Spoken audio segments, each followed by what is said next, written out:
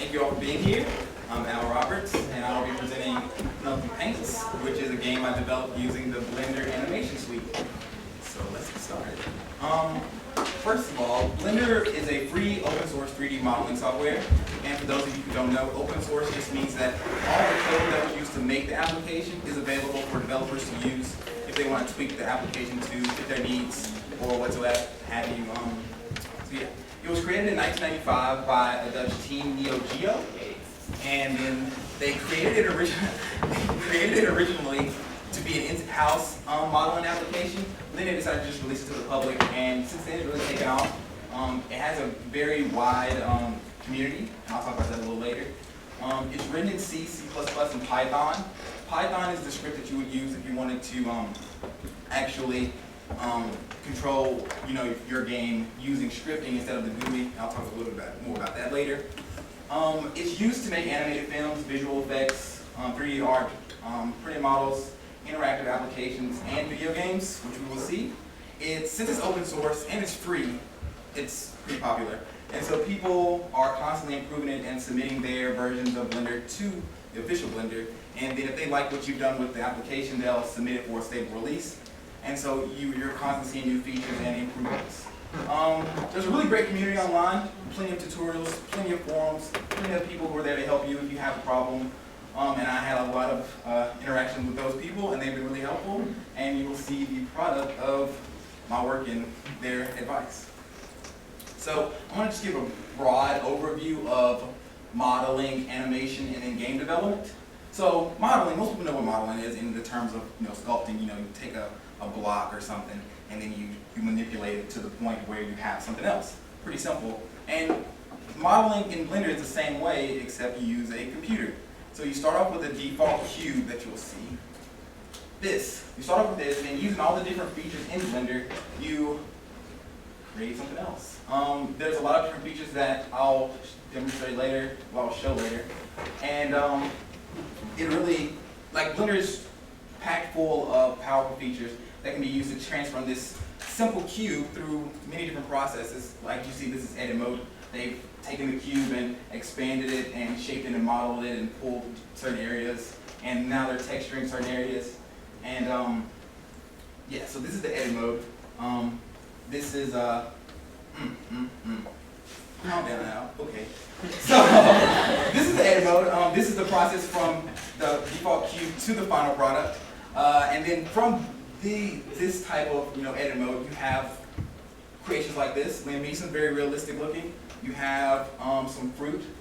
This is very, very time consuming, and it just shows that even though this product is free, you can really create some really intense images, just like this. This uses a fluid simulation. So instead of using scripting in Python to make the plane look like water, Blender has a built-in simulation that uses scripting in the background so that you don't have to worry about it. And then you have your fruit and your water. So this water probably started off with just a flat plane, and then using that simulation, it created this water image. And then we have animation, which is next in the scheme. So you start off with a model, just a shape, and then you add a rig, which is basically like a skeleton, like you saw a skeleton in Steven's project. It's something like that, and that's what you'll use to move the different parts of the model. And then keyframes are used in animation. So instead of having to animate a sculpture, for example, say you wanted a sculpture to start like this and then go like this and then back again. Instead of having to do it frame by frame, you just have keyframes at key areas, and then Blender will fill in the movements in between. So you would have a keyframe here, and then a keyframe here, and then a keyframe here, for example, and then Blender will fill in the motion in between there. To give you an example of just how useful keyframes are, the opening cutscene to my game has 1,200 frames, but only about 200 keyframes. So it took about 9 hours to do the 200 frames, so if I had to do all 1,200, that would have been like 2 days or something like that. And so keyframes are very useful, and then once all of those are blended together, you have your animation that you can use in a video or a game, and you'll see both of those in a bit. And so this is just an example of the animation. This is the rig, the black line, and then the peach colored is the actual object. And then as you move the rig, the object moves as well. And then when you render it, you won't be able to see the armature. So it'll just look like the object is moving itself. And then here are the keyframes that I was talking about. So here you have a keyframe, and here, and here, and here. And then the space in between, it builds it in automatically. So it's pretty useful. And then here's another one showing a walking cycle. And then Blender also has built-in video editing. You can either make your video in Blender using animations that you've done, or you can port in videos that you have from outside and then manipulate them using Blender's features. I used Blender's video editing specifically for my cutscenes that you will see. And all of the animations I also did inside of Blender, so I didn't have to bring anything in from the outside. This is a video that was made using Blender. It's called Big Buck Bunny. It was a big project through Blender to show off their video editing software. And yeah, it's a pretty cool video. If you have time, just go to YouTube, Big Buck Bunny. It's pretty cool. And then this is just one last look at all the features that the video editing feature has in Blender. And so now, game development is a combination of modeling, animation, video editing, and scripting. Game development in Blender, you could do it all using Python scripting. However, that'd be kind of time consuming, and you have to know Python. And what if you're, just a regular art major who wants to use Blender and you don't know Python scripting? For those people, they have GUIs, and GUIs are graphical user interfaces, which means that instead of having an if statement or a while loop, you have little buttons that you just drag and drop and connect to other things, and I'll show you a little bit about that later. The neat thing about Blender is that everything that you can do with Python scripting, you can also do with GUI and vice versa. Now, there's a trade-off, because with the GUI, it's simple and it's easy to use. However, you don't get as much control and as much power as you would if you were actually doing Python scripting. And then the same is on the other end. If you use Python scripting, yeah, you have a lot of control, but it's not that easy. For example, like collision physics and things like that, it can be a pain to do with scripting, but with the GUI, it's relatively simple. But then if you wanted to, control the camera using the mouse, that's really hard to do with the GUI, but it's relatively easy with Python scripting. So it's just a trade-off, and Blender does a great job of finding a balance between those two. So this is an example of the GUI. It's composed of sensors, controllers, and actuators. Sensors just tell Blender to look for something. For example, this is a keyboard sensor. So it says, okay, when I press W on the keyboard, do something. And so Blender says, okay, what do you want me to do? And he says, I want you to move the object that this goes along with on the y-axis -2. So it's pretty simple. You just press it, you just drag and drop. And then I have multiples of those, and then you press multiple buttons, and it just goes along with that. And also, using physics in Blender is relatively easy, whereas using it with scripting would be very, very, very tedious. For example, collision boxes and gravity and things of that nature, controlling how objects interact with one another, that can be a very hard process using scripting. And I could have done it with scripting in the background, but I really wanted to show off how powerful Blender was using just the GUI. And so I was really pleased with how well Blender has all their physics and things like that set up. And you'll see some of that a little later. So, yeah, and this is just an example of scripting. This is Python. Most of you don't know what that is, but I mean, yeah, it's there. And then they have a built-in console that lets you debug and test your script, so that's pretty neat. I didn't use that. I used it for the videos to play on a plane. And so, yeah, that's the only place I had to use Blender. But all of the other functionalities inside the game were using just the GUI drag and drop. So you'll see just how powerful that really is. So, my game. All right, so this is Penelope. She's a panda, and she's a painter. And the reason she's a painter and she loves art is because she's a painter, she's black and white. And so she loves art and she loves creating. And you can see her house in the background there. She got a little crazy with the paint. Something about Penelope that I want to make sure you all notice is her bow. Her model, the model for this bow was created, and then I added a texture over it, and the texture I used is my own personal bow tie. So we're literally wearing the same bow tie. Oh yes, yes. And so yeah, this is her world.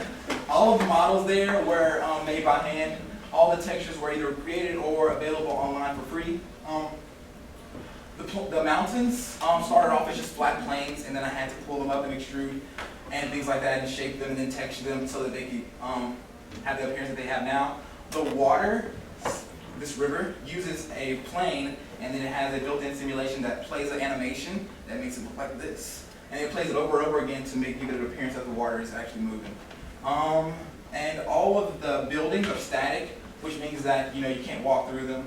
And then I want to explain a little bit about the minions that you see there a little later, and the walls over there.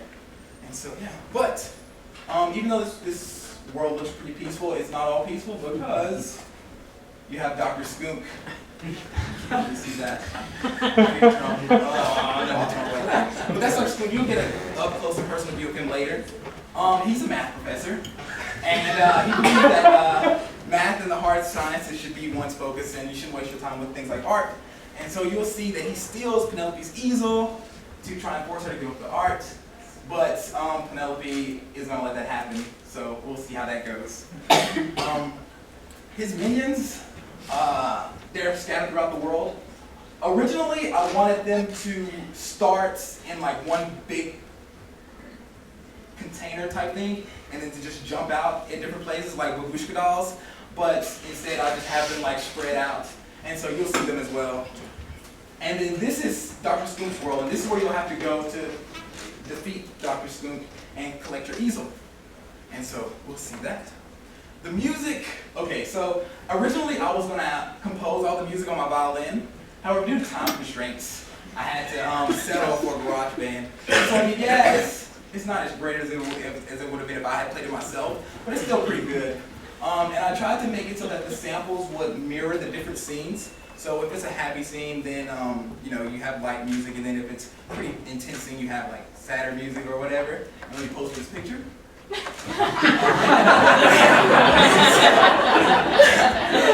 so a couple of troubles and obstacles that I had. Modeling Penelope the first time was a very painful process just because I had way too many faces. And the reason I can't have too many faces is because when you have a model in a game, it draws it over and over again. So if it has a lot of faces to draw, then it can slow it down when it's trying to draw everything else as well. So you try and keep things, the poly count as low as possible so that it has an easier time drawing them. Also, after I got done with Penelope, I was like, okay, it's fine now. I just added her a little armature. I had her animations going. She was ready to go. But when I put her in the game engine, she wouldn't move. She would just sit there, and I didn't understand why. And so I searched and searched for weeks and weeks, not weeks and weeks, just a couple of days. But I finally found on some obscure forum posts that I had to make sure these were flipped. So literally, I spent days trying to figure out why she was doing this, scouring Blender, looking at all of my settings to try and figure out why she wasn't moving, when it was just, I need to press the little arrow button. And so that was, I was happy when I figured that out, but I was kind of upset that, something that finicky was, holding me back. But that's okay, because we're done now. And so I want to show you a demo, and I need some lights for this. Yes, okay.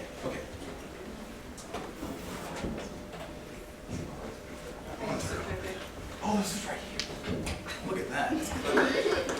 All right. Okay. I'm playing this inside of Blender. I can also launch it on a standalone application, but I want you to see Blender so it's cool. Okay. Oh no! No! Oh gosh! Stop! Is the sound not connected?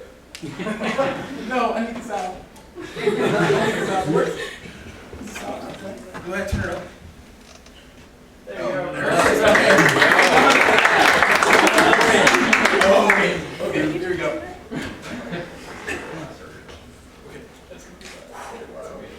Is it? Okay, I'm sorry. Let's work with it.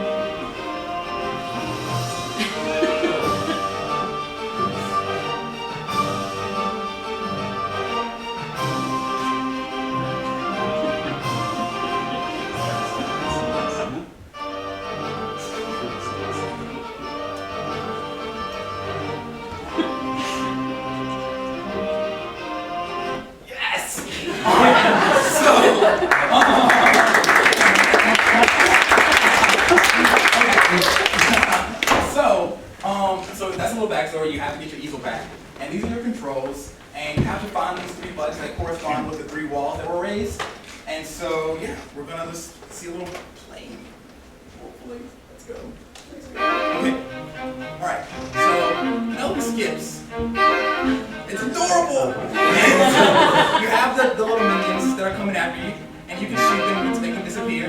One thing I want to show is the use of the navigation mesh, which shows where the minions can and cannot go. So instead of just running through the fence, he has to find a path around the fence to get to me. And so he's like tracking to me. Now, I could have used scripting and used like an A-star algorithm or something, but I definitely didn't want to do that. But Blender made it really easy using the GUI. And so I pressed the red button, and now the red ball is gone. And here's the cool water. It looks like it's floating. Yes, she's walking across it, but yeah. Okay. And then the next button is inside of this cave. I'm not going to show you what the last button is because I want you all to go download it and play it yourself. But we're still going to continue with the game. There it is.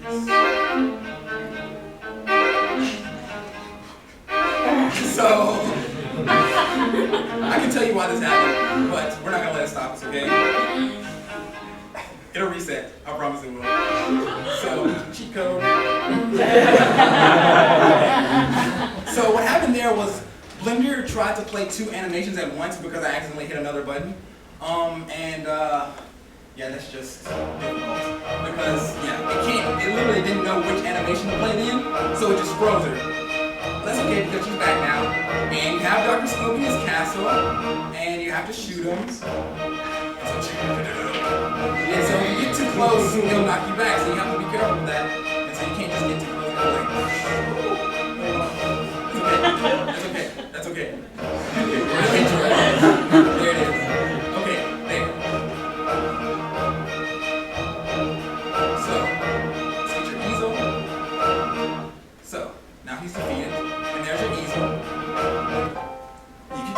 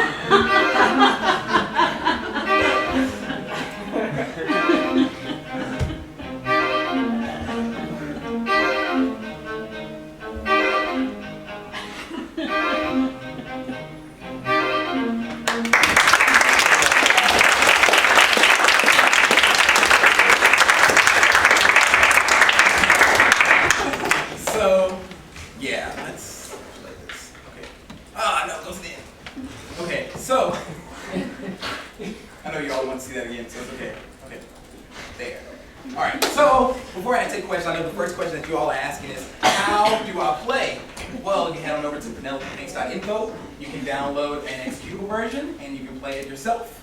And so with that, I am open to questions. Okay. Oh gosh. Yes, Steven. So you were talking about the bunny video. Like, was it just the video editing done, or was it also modeled? Like, did they start with the cube and they made the bunny and all the different animations and everything all within Blender? Yeah, they did the same thing I did with my cutscenes, but just with more people and more time. But yeah, so they started with they modeled all their characters. You know, there's a bunny and then there's these squirrels that chase after him, and then there are trees and things like that. And so they modeled it all and did all the animation and then did the video editing. Okay. And what was the name of that thing? Big Buck Bunny. Okay. We can find that like on YouTube. Yeah, yeah. If you just search for Blender videos, you'll see a lot of them. Okay. Any more questions? Yes, Cody. One, how long, like, have you had any experience with Blender? And part two, did any of your coding knowledge come into play, like helping? Well, yes, I had a class in Blender. Well, in graphics last semester with Dr. Curtin Steven. And so that was really awesome. And also, yeah, it did understanding the GUIs really helped if you had like a knowledge of how it's supposed to work in the background. for example, I'd want to do something, and I'd say, well, if I was coding, I'd use this, so let me see if there's something kind of sort of like it, and I found it. And actually, the reason that I made this is because of last semester, TJ and I were having a conversation about Blender, and I was telling him how much I liked it, and he said something to the effect of, well, why don't you just be a DMS major or something? And so, so he was joking, obviously, but it really caused a conflict in my soul, really. Because I didn't know, I thought that you had to be on either end. You had to either be artsy or you had to be art sciencey, like programmer, right? But then, through a lot of soul searching and meditation, I discovered that, art and science do come together, Computer science is an art form, and then art can also be logical and in order. So, they can come together. Which is why at the end, instead of Penelope just destroying Dr. Skunk, there's a reconciliation that takes place. So it shows that they can work together. Yes, that was thought through. That was really thought through.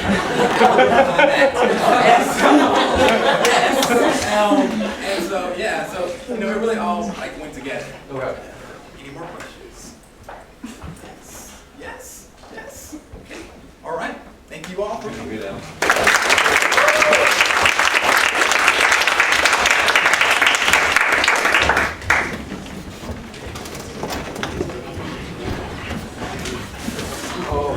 I don't believe the next presentation is how to